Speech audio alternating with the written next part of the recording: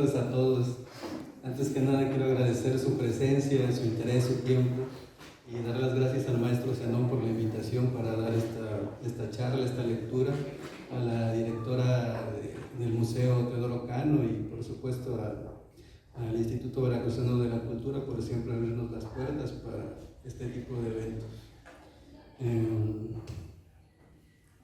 Quisiera ofrecer una disculpa en nombre de Rolando García, que tuvo un problema familiar y pues ya no nos pudo acompañar.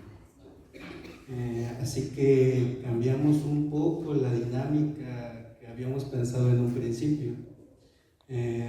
Aún así espero que todo marche bien. Este texto que a continuación voy a leer, yo lo considero sobre todo un ensayo literario, pero está basado en una investigación de fuentes originales sobre los libros de Humboldt, entre otros. Lo hice como una suerte de tríptico, cuyo tema recurrente es la placa de Humboldt, y teníamos pensado proyectar, leer un fragmento, proyectar algunas imágenes, explicarles para contextualizar cierta información que no pude agregar aquí por cuestiones de brevedad. Pero ya que no tenemos las imágenes, quizá aún así haga la pausa y explique de manera general algunas cuestiones para que ustedes comprendan un poco mejor lo que voy a leer. Pues bueno, comienzo. Humboldt en Papantla, una historia de fantasmas y aparecidos. Hay una placa bajo el balcón de una vieja casa colonial de Papantla, en la calle Pino Suárez, que da cuenta de la estancia de Alexander von Humboldt en 1804.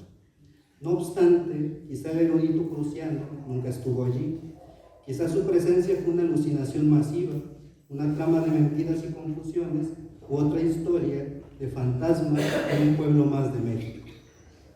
Al parecer no existe de su parte una afirmación sobre su supuesto viaje y alojamiento en Cachiquín.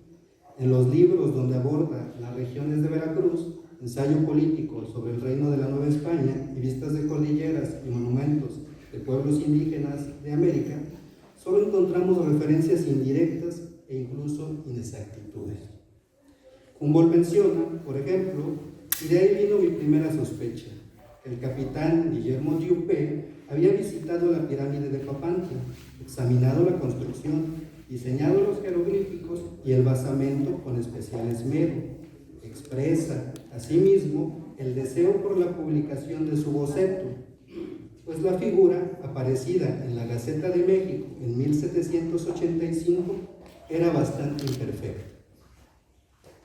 Diupé, oriundo de Luxemburgo, fue un coleccionista y precursor de la arqueología en el virreinato. En su archivo, resultado de sus expediciones personales entre 1791 y 1803, poseía 4 dibujos del edificio de los nichos y otros tantos.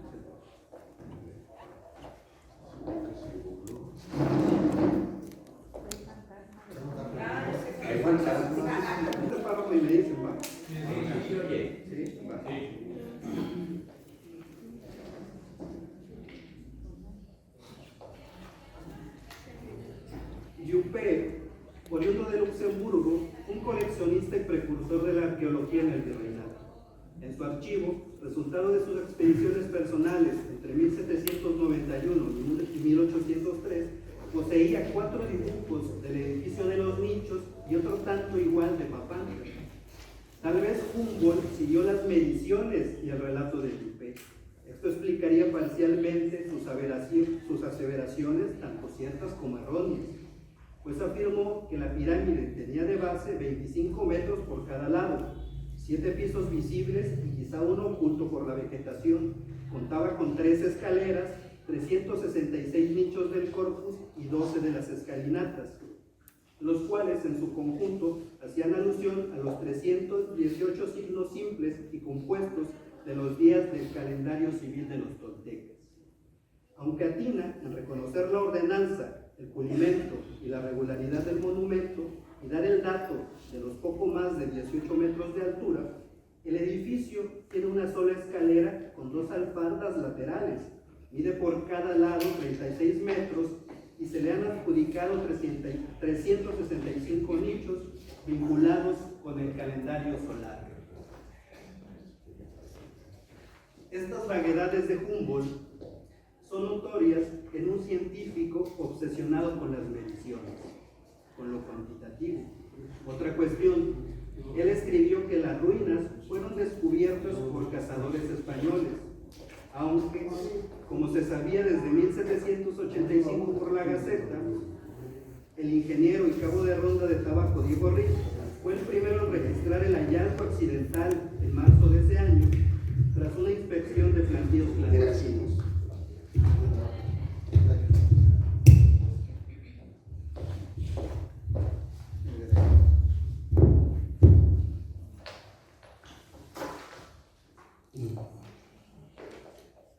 Después, como se anuncia en el diario Virreinal, se difundió un grabado en cobre firmado por un tal García, una reconstrucción y no una reproducción del deteriorado edificio. Quizá Humboldt registró mal la información, como le sucedió a menudo con el reporte de otros objetos. Lo único seguro ahora es que Diupé sí estuvo en Papantla. ¿Acaso hubo una confusión? Pues ¿quién podría distinguir bien a bien entre un luxemburgués afrancesado de un prusiano afrancesado de la época? La expedición de Diupé debió ser todo un acontecimiento en un pequeño pueblo, grabado en la memoria colectiva, pero adulterado por el tiempo, que siempre modifica los recuerdos para darle sentido. ¿Podríamos suponer que quien habitó esa casa en Papantla fue Diupé y no Humboldt? Injusticia sería esto para el anticuario, a quien le debemos mucho en la recuperación mnemotécnica de nuestro pasado indígena. Humboldt vuelve a mencionar Papantla cuando trata el uso aromático de la vainilla en la ingesta de chocolate en la Nueva España. Cuenta la gran impresión de los jalapeños a causa de los reportes de su colega Bonpland sobre la vainilla en el Orinoco, en Sudamérica, y confiesa haber consultado en sus respectivas estancias en Veracruz y la actual capital del estado a personas con más de 30 años dedicadas al comercio de la vainilla con productores de Misantla, Colimba y Papantla. Es decir, Humboldt implícitamente declara no haber estado en Cachiquín ni conocido de primera mano el procesamiento ni el comercio de la orquídea. Según sus informantes, la producción de vainilla, ya beneficiada de la entonces alcaldía de Papantla, era menor, y aunque se malsecaba, resultaba muy aromática. Esta actividad, junto con su comercio a Europa, solo estaba dispuesta para la mal llamada gente de razón, apelativo empleado por Humboldt sin reflexionar en la degradación misma del término como parte de su característico discurso colonialista. Aquí cabe mencionar otro dato registrado por el prusiano que dice mucho sobre el sentido de la historia. La acusación contra los originarios de Papantla y Nautla de introducirse furtivamente en Quilate para recolectar los frutos de la vainilla de los misantecos. Sin embargo, como se verá a finales del siglo XIX y principios del XX, los más graves crímenes por el aromático oro verde de esta zona se deben a la avaricia precisamente de la gente de razón. Pues aquí quizá cabría comentar un poco sobre el general de dragones Guillermo Diupé. Él toda su vida fue militar.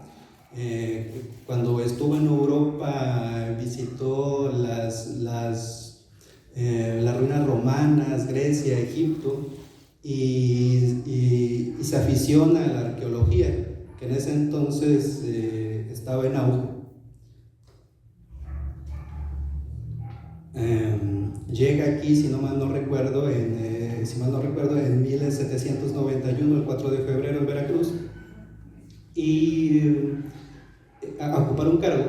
Y poco después, quizá 1 o 2 años después, se le ve en Xochicalco y en otras zonas. Aquí adquirió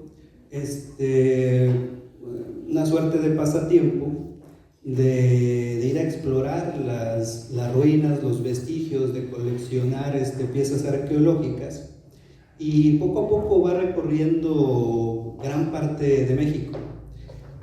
Fue en esa época donde precisamente llega a Papantla.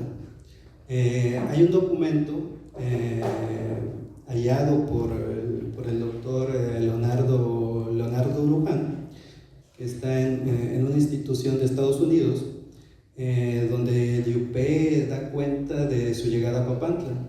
Por ejemplo, menciona que llevó 80 indígenas para desmontar el basamento, ¿no? Bueno, Humboldt, cuando llega a la Ciudad de México, tiene tratos con Diupé. De alguna manera Humboldt, digamos que lo vuelve famoso, o por lo menos le da reconocimiento. La figura de Diupé, yo a veces me gusta comparar a Diupé con Humboldt, porque de alguna forma son como opuestos. Diupé es una persona reservada, sus registros etnográficos son breves, precisos, objetivos, y Diupé y Humboldt es como lo contrario, ¿no? De tal suerte que para 1805, cuando ya se había ganado la fama y el respeto de explorador, lo asignan, hay una designación real para que él haga expediciones y registre, ya por parte representando a la corona, pues gran parte de México, y hace un recorrido impresionante.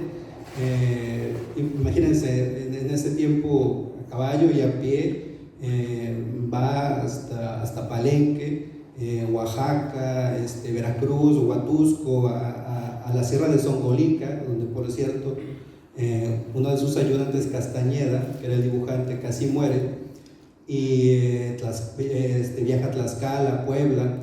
Y es impresionante el recorrido que hizo y el registro etnográfico, pese a las críticas sobre Castañeda, ¿no? Y sobre su habilidad para registrar en dibujo todos los paisajes y los monumentos y las estatuas. Hay una injusticia sobre la figura de Diupé, porque a pesar de ser uno de los precursores de la arqueología mexicana, hasta hace poco, por ejemplo, sus expediciones se publicaron en los 80. La primera publicación fue en francés, después de su muerte, muere casi en la miseria, en 1836, ¿no? Y apenas el doctor Leonardo Luján ha estado publicando documentos sobre su obra y rescatando su legado. Bueno, hasta aquí y continúo. Quisiera volver por un momento a la placa de Humboldt en el centro histórico de la ciudad. La fecha de la instalación se remonta a 1977. Por el testimonio de mi madre, antes de formalmente hacer esta indagación, yo sabía que un fallecido cronista la había colocado en tal lugar, por donde habré pasado cientos de veces de la primaria Donato Márquez al hogar de mi abuela. Me recuerdo aún zigzaguear el camino de colores que durante décadas estuvo pintado en la banqueta de la casa del doctor Buil, y me parece curioso no haber visto la placa. Mucho más tarde me hice consciente de su presencia, cuyo descuido, como el trabajo propio del tiempo, la había mimetizado en esa construcción antigua y su fantasmagórico balcón. Todavía tengo la sensación de asombro cuando leí que el barón Alexander von Humboldt había habitado allí. Confieso mi ignorancia. Yo no tenía ninguna idea de quién era ese tal varón, aunque quizá por su título nobiliario o por lo rimbombante de su nombre de extranjero me impresionó. Transcurrieron más años para adentrarme en la obra de Humboldt. Sin embargo, antes de esto, su presencia para mí fue omnipresente en la tradición occidental del pensamiento y solía hallar su nombre en materias tan dispares como la lingüística comparada, la biogeografía, el costumbrismo y la climatología, la literatura de viajes y la filosofía de la ciencia, la etnografía y la taxonomía botánica, la cartografía y las mediciones barométricas, el magnetismo y la cosmología, entre una extensa lista de relaciones inusuales que solo un erudito podría unir sin desvariar. Era, visto de otra manera, como si su fantasma me persiguiera a través de mis lecturas universitarias, entre aulas y libros, entre calles y escuelas bautizadas en honor a este distinguido ciudadano del mundo. Sería poco antes de la pandemia, cuando el espíritu de Humboldt llegó a la librería, donde yo vivía y laboraba, a través de un maravilloso lote de libros, una biblioteca indiana, que había pertenecido al michoacano Francisco Medina, un bibliófilo quien protegía con esmero cada uno de sus libros con micas y procuraba sus lecturas con notas acerca de las relaciones entre autores, temas, fechas, ediciones. Uno de mis encargos fue ordenar y curar la colección de códices para su venta, y lo comencé a hacer con toda la ignorancia de un mexicano al cual le han mutilado una parte de la memoria, amputado una porción del espíritu. Por supuesto, Humboldt estuvo presente, debo reconocerlo, para recriminarme. Tuve en mis manos piezas como la primera edición de Historia Antica del México, 1780, escrita en toscano por Javier Clavijero en el exilio, la edición conmemorativa de los 400 años del mal llamado descubrimiento de América, Antigüedades Mexicanas, firmada por el mismo García Escalvaceta en el auge del porfiriato, como todas las primeras ediciones de Humboldt en francés. Poco a poco me di cuenta de cómo mi educación humanística y académica tenía una laguna de más de 1000 años de una producción de conocimientos y saberes por medio de textos, si consideramos la preservación de los códices más antiguos y los últimos documentos coloniales. Humboldt es quizá el último eslabón de ese periodo olvidado. A la vez, me percataría de mentiras en nuestra historia. Por ejemplo, nos han vendido la idea de que las ciencias modernas nacen con la especialización del siglo XIX en Europa. Pero la historia, la antropología, la lingüística, la etnografía, entre otras, nacen con la invasión y la colonización en América. Nacen con la evangelización, el pillaje, el asesinato, la esclavitud y el despojo de los recursos naturales. Sí, en efecto, las ciencias modernas son fundamentalmente colonialistas y colonizadoras. Es la barbarie disfrazada de civilización. Después de estudiar algunas de sus principales obras, de Humboldt tengo dos sentimientos encontrados. Reconozco la curiosidad y la investigación de costumbres y expresiones culturales de los pueblos autóctonos, pero detesto profundamente su visión sesgada, prejuiciosa, con la cual desvalorizó y denostó, sin argumentos ni razones, a esas culturas como si se tratara de animales o bestias sin alma.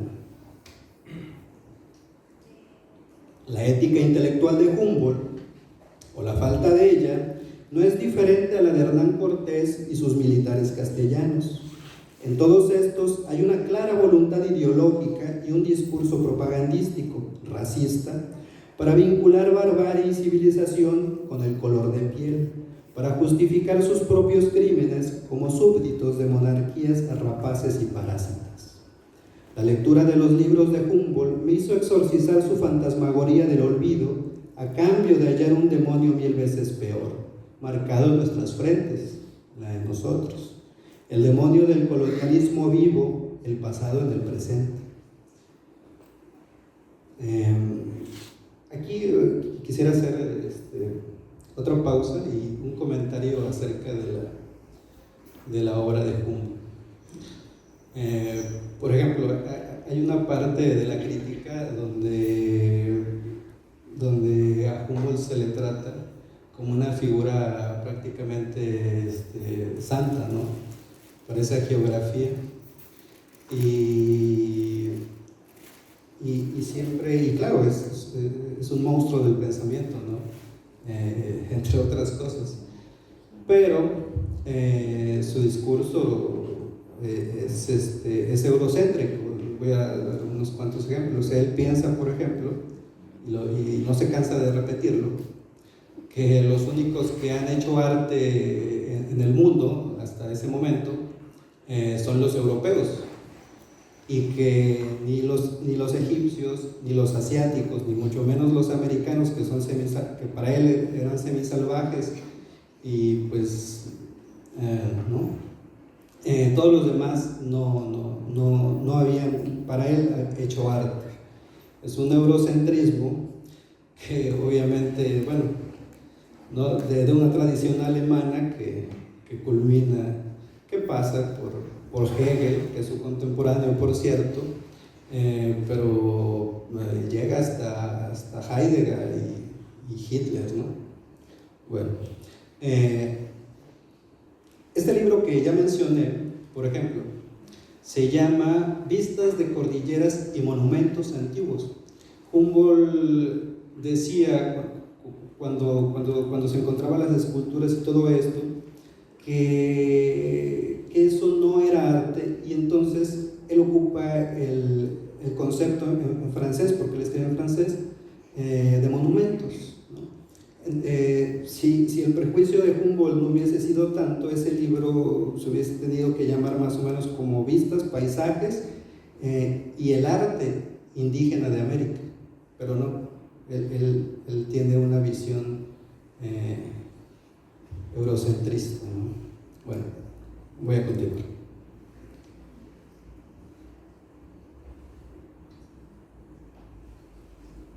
Quisiera, si me lo permiten otra vez, regresar a la placa de Humboldt. Después de un viaje físico e intelectual, me encontré de nuevo frente al balcón de esa casa colonial. Entonces me propuse saber sobre la invención de su estancia. Gracias a un conocido, me entrevisté con los cronistas de la ciudad, quienes me ofrecieron su tiempo e información. Pero sería otro cronista fallecido, el profesor Luis Salas García, quien desde el ciberespacio me condujo a un artículo suyo donde remite, a su vez, a otro escrito publicado en el suplemento de Excelsior, el que acaba de leer el maestro, fechado el 26 de octubre de 1919. El artículo no tiene rúbrica. Vale la pena notar que se trata de un evidente texto literario. Se recrea con vivacidad, como si acabase de pasar ayer la llegada del prusiano a Cachiquín, con detalles minuciosos como las botas con vueltas de charola, la finísima corbata con encajes y en la diestra enguantada un fuete con empuñadura de oro y marfil. Esta voz narrativa parece haber presenciado su llegada después de 100 años, pero no ser la voz informativa de un historiador. El cuento no tiene desperdicio. Se describe el físico y los bríos expedicionarios de Humboldt, el protocolo real de la presentación y el permiso para investigar el basamento. La recreación del pueblo, y de ahí como la única casa de 2 pisos y con balcón era la más digna para hospedar a tal distinguido personaje. Y justo en estos datos, sobre todo en este último, es donde la poesía deviene historia. Presenciamos un acto mágico de la escritura. El relato incluso describe la sentida despedida multitudinaria al explorador. El texto juega con nuestras emociones. Quien escribió ese texto debió tener, si no información cierta, por lo menos creíble, o también pudo haber revivificado el recuerdo de sus antepasados o de plano falsificado un testimonio, pues el artículo no se encuentra en la hemeroteca digital, borradura de un crimen perfecto. Si ponemos atención a detalles históricos, se ven fisuras en la invención. La fecha dada por el escritor fantasma es 1803. Esto imposibilita la estancia por el itinerario de Humboldt, quien estuvo en Puebla el 11 de enero de 1804, se dirigió a Perote, Las Vigas, Jalapa, hasta llegar a Veracruz el 19 o 20 de febrero.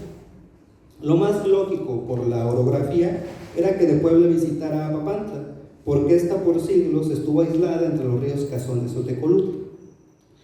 Carolina de Petriz ha seguido no solo los pasos de Humboldt en México, sino su influencia en otros exploradores extranjeros, y nos ofrece información a considerar aquí.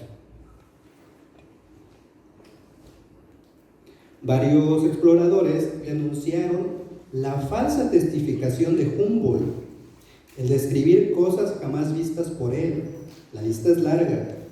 También pusieron en tela de juicio su supuesta objetividad y su proceder deductivo, métodos de los cuales se jactaba. No obstante, desenmascarar los engaños del prusiano no fue una cuestión sencilla, porque ha gozado de prestigio hasta la fecha.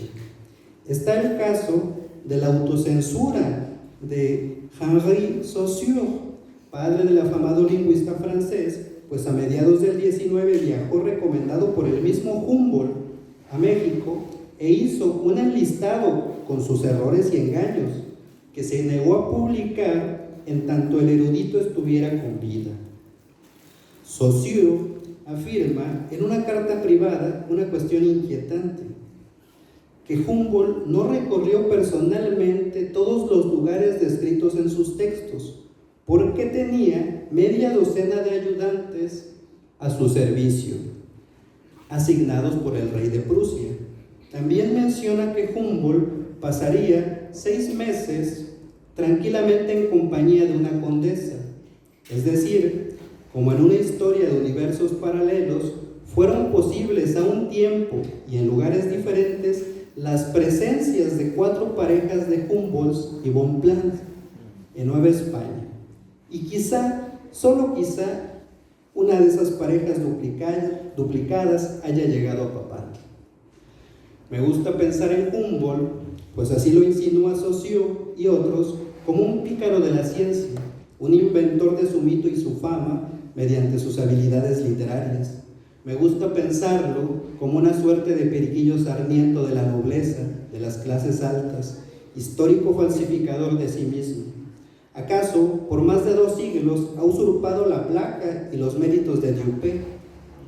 No es menos picaresca la intención del autor del cuento aparecido en Excelsior, ni de la quien puso la placa. Falsos testimonios de un aparecido. Escritores e historiadores son, en el fondo, mitómanos profesionales, y nuestra percepción de las cosas del pasado se teje con la mentira. Yo, más que reprochar, aplaudo la valentía de los nobles fabuladores. Incluso de ya propongo al municipio más placas falsas y otras plausibles, una al lado de la de Humboldt, donde se explique la posible confusión y la posible estancia de Dieupé en 1785.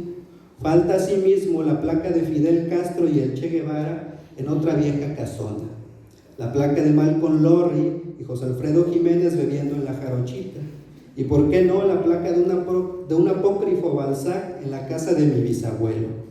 De esto último yo me encargaría. Quizás sea el inicio de otra historia de distinguidas apariciones en la ciudad que alguna vez perfumó al mundo, donde los cimarrones todavía vuelan.